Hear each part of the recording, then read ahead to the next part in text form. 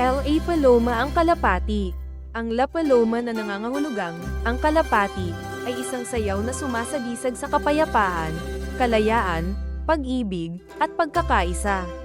Ang mga galaw sa sayaw ay maaaring ihambing sa mahinahon at magandang paglipad ng isang kalapati, magaan, elegante, at malaya.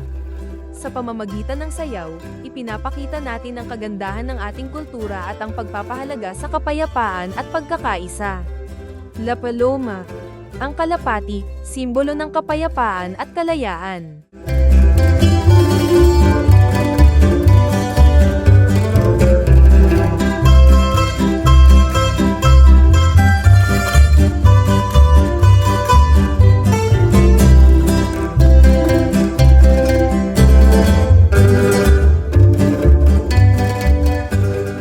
Ang salakot ay isang katutubong sayaw na nagpapakita ng payak, masaya, at masipag na pamumuhay ng mga Pilipino sa kanayunan.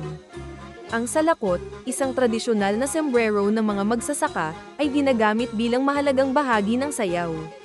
Sa pamamagitan ng mga galaw ng mga mananayaw, ipinapakita ang kasipagan, pagkakaisa, ligaya, panliligaw, at pagpapahalaga sa kulturang Pilipino.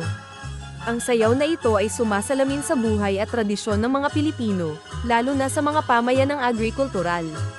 Salakot, simbolo ng kasipagan, tradisyon, at kulturang Pilipino.